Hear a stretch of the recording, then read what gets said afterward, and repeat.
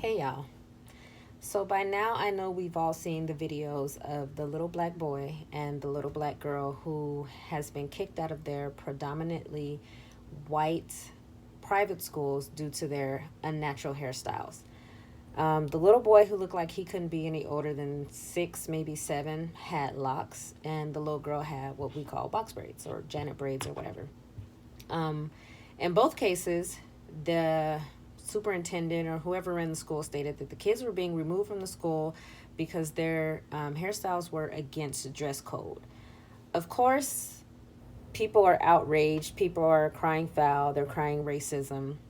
They're pissed off that these kids have to deal with this type of discrimination, and it's 2018. Um, First and foremost, let me say I totally and completely agree. A child shouldn't be mocked, made fun of, discriminated against. Nobody should be mocked, made fun of, discriminated against due to the style of hair that they have or the color of their skin, blah, blah, blah, whatever.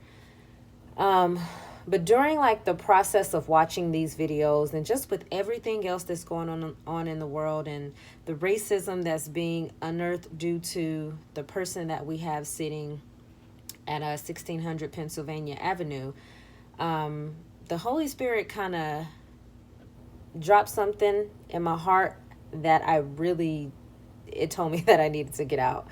And I've been sitting on it. And when God tells you to do something, you need to do it.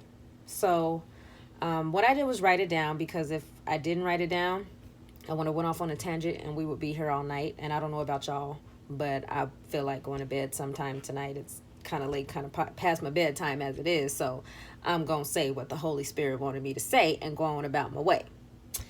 The message was about purpose. And the Holy Spirit said that some of us be pregnant with our purpose but never deliver because we stay so distracted with what's going on in and around our lives. We are so in tune with the world and trying to fix things ourselves that we miss God's cue to push and keep on pushing until He causes us to deliver.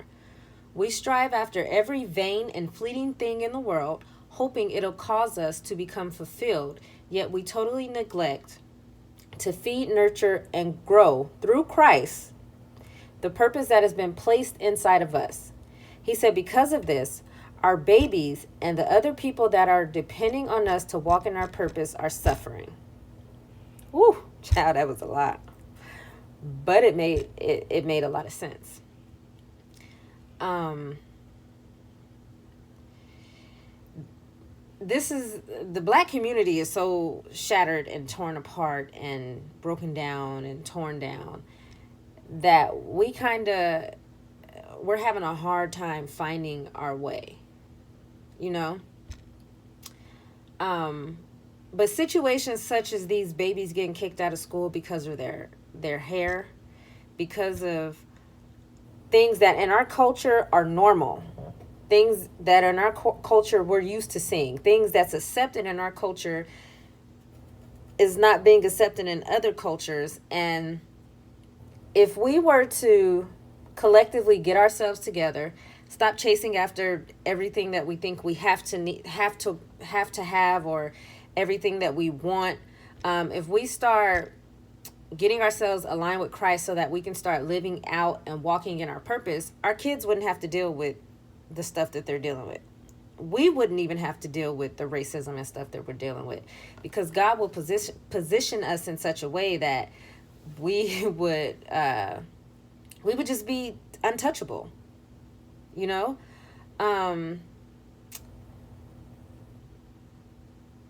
If we would get off the prosperity train, is what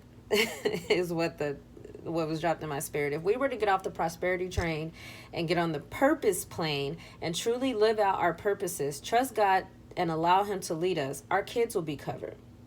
Now, there's probably some people that's like, okay, well, what does one have to do with the other? Because, God is up there, I'm down here, my kids is down here, we dealing with all this. What does that have to do with white people being racist? And I'll tell you, not everybody was made to be Beyonce, Jay-Z, or LeBron James.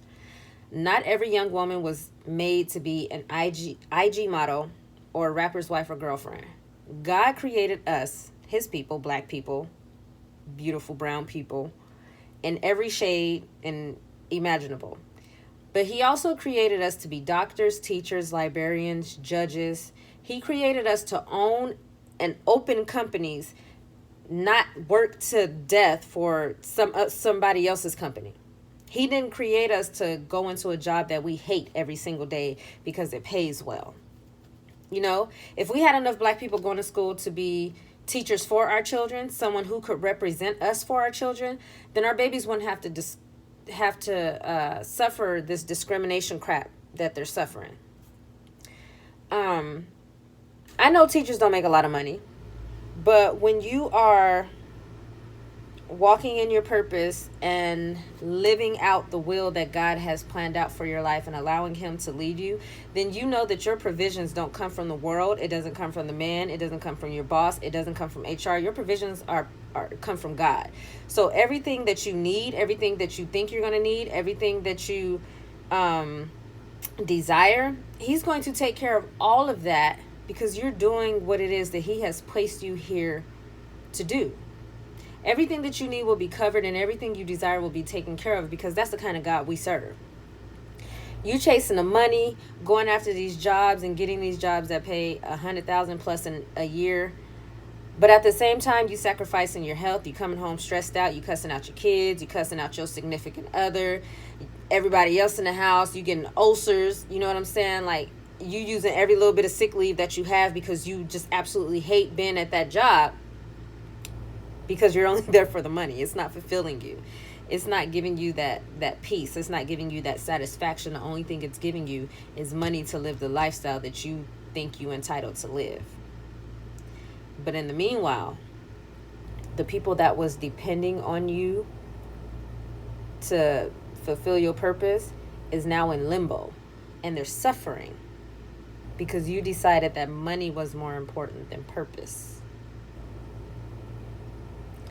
That job that you're working can be taken away from you tomorrow. You can go into work and they be like, oh, nobody called you? You didn't get our email? We don't need you anymore. Yeah, we hired someone younger and at a lower pay rate than what we were paying you. So clean out your desk and have a nice life. That's what happens when you're just working a job. But if you're living out your purpose, if you're living out the reason God placed you here on this earth, no one can ever take that away from you. No one can ever null and void your purpose. Can't nobody remove you from your purpose as easily they can your job. And I'll say that again. Can't nobody remove you from your purpose as easily as they can your job. You get what I'm saying? When you start walking in your purpose, there's no way that you can fail because God has already predestined you to end up wherever it is you're supposed to end up, to help the people that you're going to help, to mentor the children that you're going to mentor, and to impact the people that he needs you to impact, okay? There will always be opportunity available for you when you are walking in your purpose. There may not be opportunity available for you always when you're walking and running to a job. But when you living for God, he always going to make sure that you taken care of. See, the world got us thinking that money is the only way to be successful in life. And so we drop what is good for us to chase what we think is what we need to live the way we want to live and be the way we're going to be and look the way we're going to look. We're putting our kids in these white schools thinking these racist folks are going to give our kids a better education and they're actually going to be taught something substantial. But what we're really doing is trusting our kids to a system that doesn't even teach them about their real history. I don't know about you, but when I was in school, when I was coming up, slavery was just kind of a chapter in the book that they just kind of washed over, made it seem like it was all good, like we wanted to be there. I didn't realize until I was an adult that slavery lasted as long as it did. I didn't realize that until I was an adult that you can't discover something that's already there, that already has people there, living there. It's a lot of things that I didn't discover or I didn't realize until I became an adult and I was able to research and learn and understand for myself.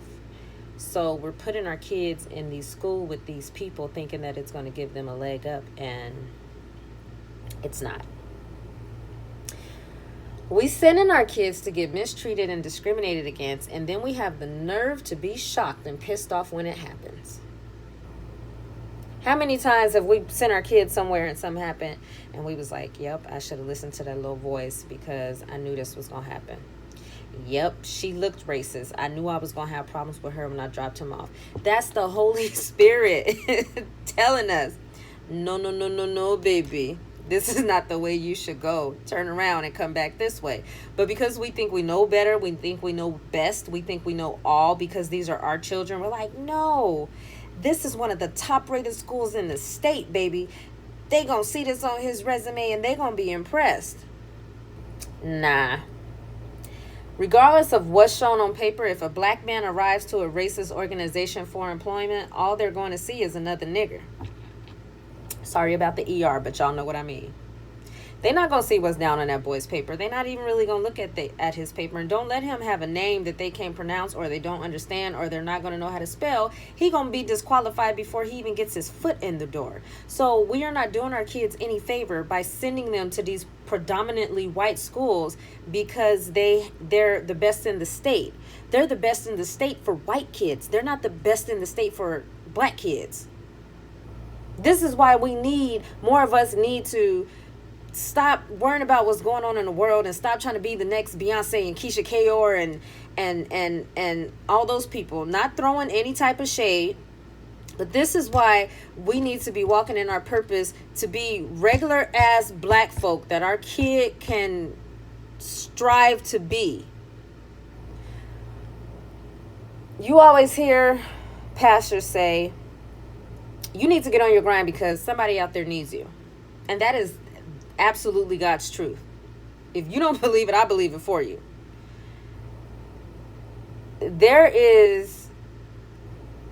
Our kids just depend on us for so much that we don't even realize. And when we start to when we're not doing our job, basically, this type of stuff is what happens. You know, there's so many grown men out there making mixtapes. So many grown women out there, 3-4 kids. Instagram models selling flat tummy tees, booking info in her bio, and you're like, what are we really booking you for? I'm not sure. Should we try it? Should we not try it? No, this sounds like a scammy Tammy. No.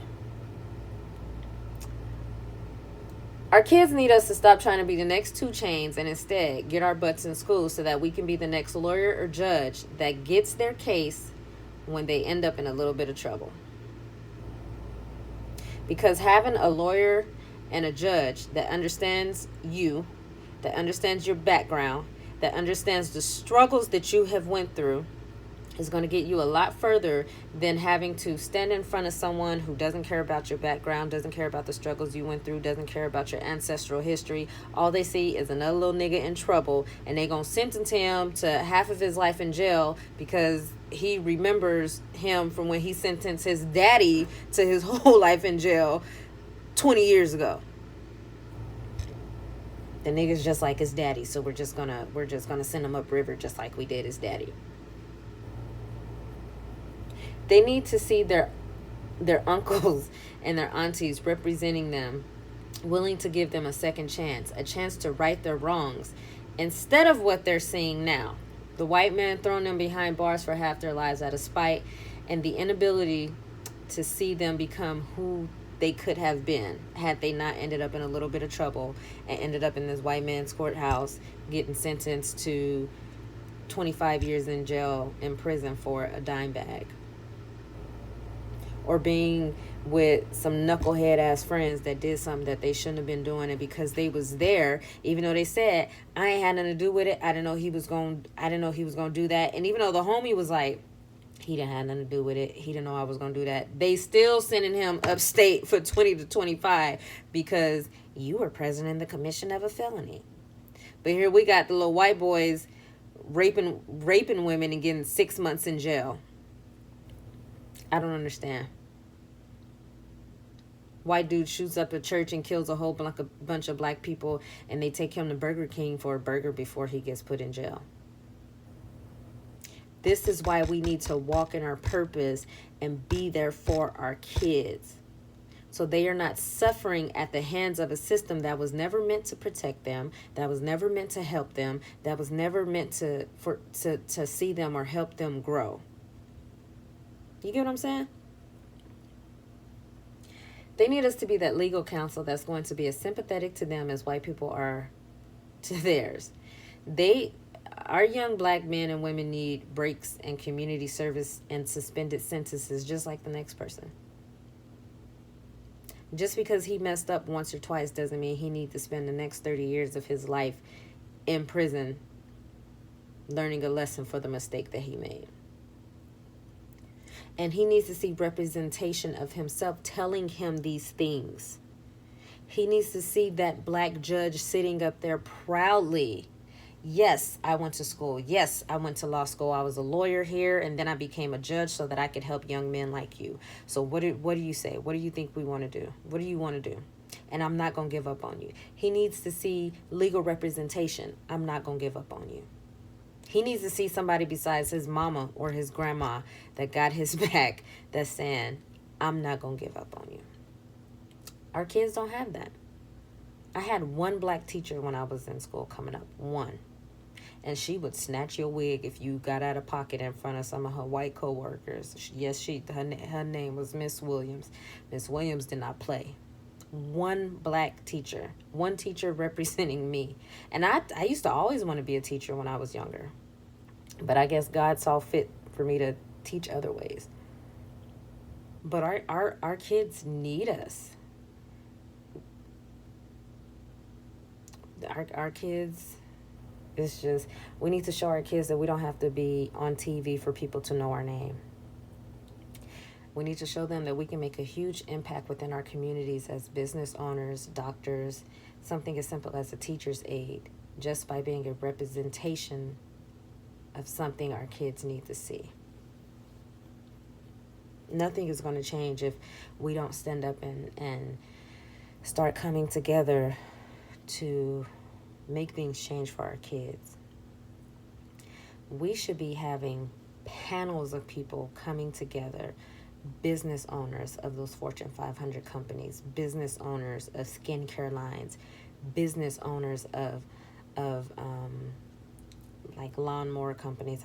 The name escapes me, but we should have regular ass black people coming together on a regular basis, showing our kids this is not impossible. This is not only reserved for your white counterparts. This is not something that you cannot obtain. You don't have to always try to be a basketball player to make it out the hood. My fiance is an engineer. He is it's funny because he's a rocket scientist. 35-year-old man, went to undergrad, went to grad school, Georgia Tech. Black man from the hood, struggled his entire life, was determined to get out the hood and make something of himself, and baby is a rocket scientist. These are the type of people we need to have speaking to our kids and being a representation for our kids. And I'm so proud because I have 2 young boys, and they get to see a representation of what they can be every single day. My fiance works his butt off. He's out of town right now with some big meeting with Boeing and NASA. And I couldn't be more proud because that's what I want my kids to see. I tell my children every day, you can be whatever you want to be, baby. I ask my son at least 4 times a month, baby, what you want to be when you grow up? Sometimes he say a geologist. Sometimes he say a chef. Other times he say a pediatrician. It changes, but at least he's aiming high. At least it's not, I want to be Lil Yachty. Because those rappers, they hear one wave and they go on the next. Those singers, they hear one wave and they going on the next. Everybody sounds alike. Everybody looks alike. I want my kids to aim higher than that. And we need our kids to aim higher than just that fast money, that quick cash, that this is the way out. Because when you're no longer making hits, when you're no longer a rapper, when you're no longer singing, when you're hurt and you can't play basketball or you can't play football, then what do you have? And we need to figure that out for our kids.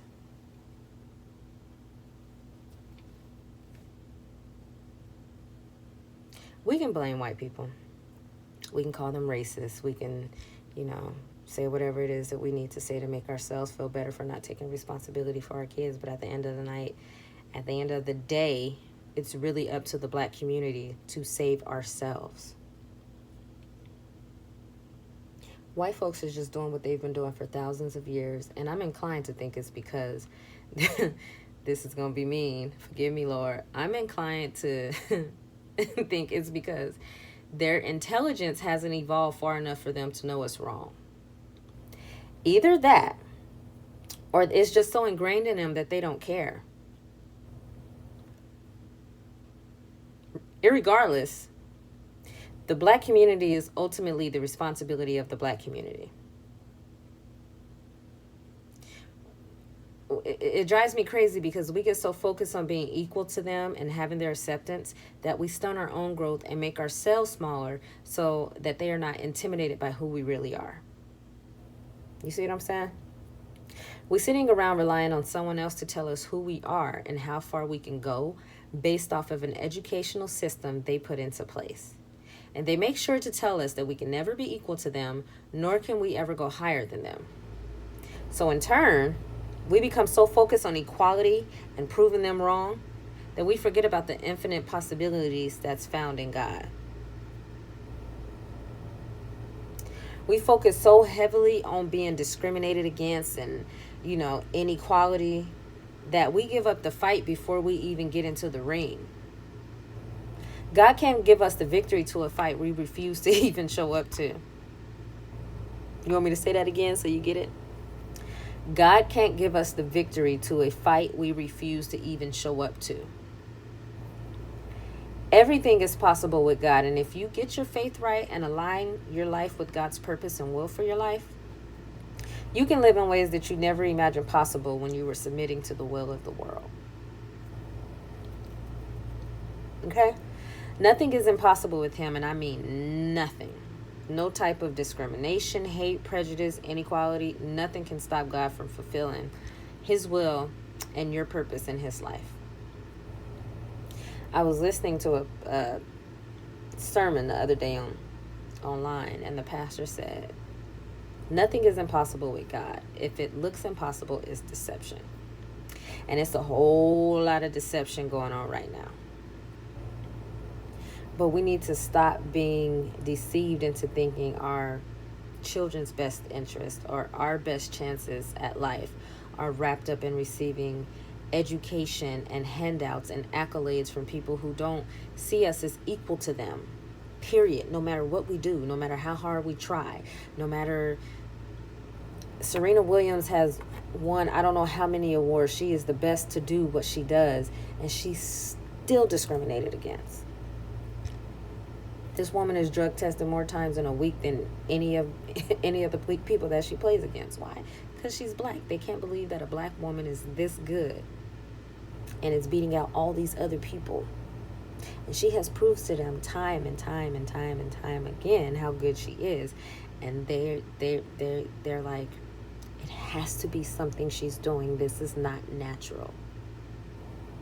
Our abilities to be better than them, our abilities to be bigger than them, our abilities to rise above them is unnatural to them because they don't see us as equal to them, and they never will. So we need to stop trying and striving for equality and make things better for ourselves in the black community, forgetting about the lines and the limitations and the stipulations that they put on how far they could go for themselves. We can go above and beyond that, but we got to do it right, and we got to do it with Christ, and we have to do it with aligning with him and getting in our purpose. That's it. Your purpose is given to you by God, not by what you're exposed to, not by, the type of education you get. It's a lot of people that go to school and get an education that has nothing to do with why God placed them here on this earth. They went and got, $100,000+ in debt, and they're not even using the degree that they went to school for.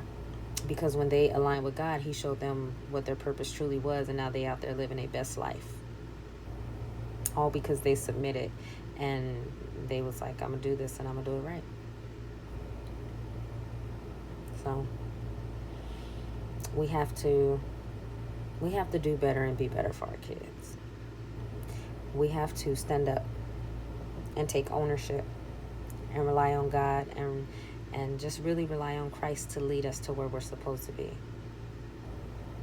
When we make that decision, when we stop striving for equality, when we decide to walk with God and only God and own his truths, there is no limitations to where we could go and who we could be. And when we covered, our kids is covered. I can only imagine what Black children can do when they're given the opportunity to get together and just be free and flourish and walk into their own without being capped at the educational level that the system has put into place. Can you imagine how powerful that will be? Can you imagine the type of children we would raise? And I don't know. That's all I got. I thank you for watching, listening, and I hope you enjoy it. Be on the lookout for some of my other videos. I plan on starting soon to start posting more videos. They'll be faith-based. They'll be about walking with God and a whole bunch of other spiritual matters. I just want to throw out a disclaimer real quick. I'm not racist. I got white friends. No, but in all seriousness, I'm not racist. I'm not. I know and believe that not everyone is made in the same shape, size, or mentality. I'm working on being a better person, and that includes trying to show people around me how to do the same. When you have the true love of Christ in your heart, there is no room for hate or anything that hides in the darkness. Racism is something that hides in the darkness. I can't be racist. I got too much love in me. So my love for Christ is what's driving me to call out all division and try to find solutions to healing. And I know it all begins with him. So I pray on this day that my message has touched you somehow, some way, that you were able to receive it, that you will be able to reflect on your life and where you are, where you sit and where you stand, and try to make improvements on that according to what was just spoken to you. Again, look out for some of my other videos. They will be much more powerful, I pray. And I will keep you in my prayers. It's your girl Renee Tay signing out for the night. Have a blessed one.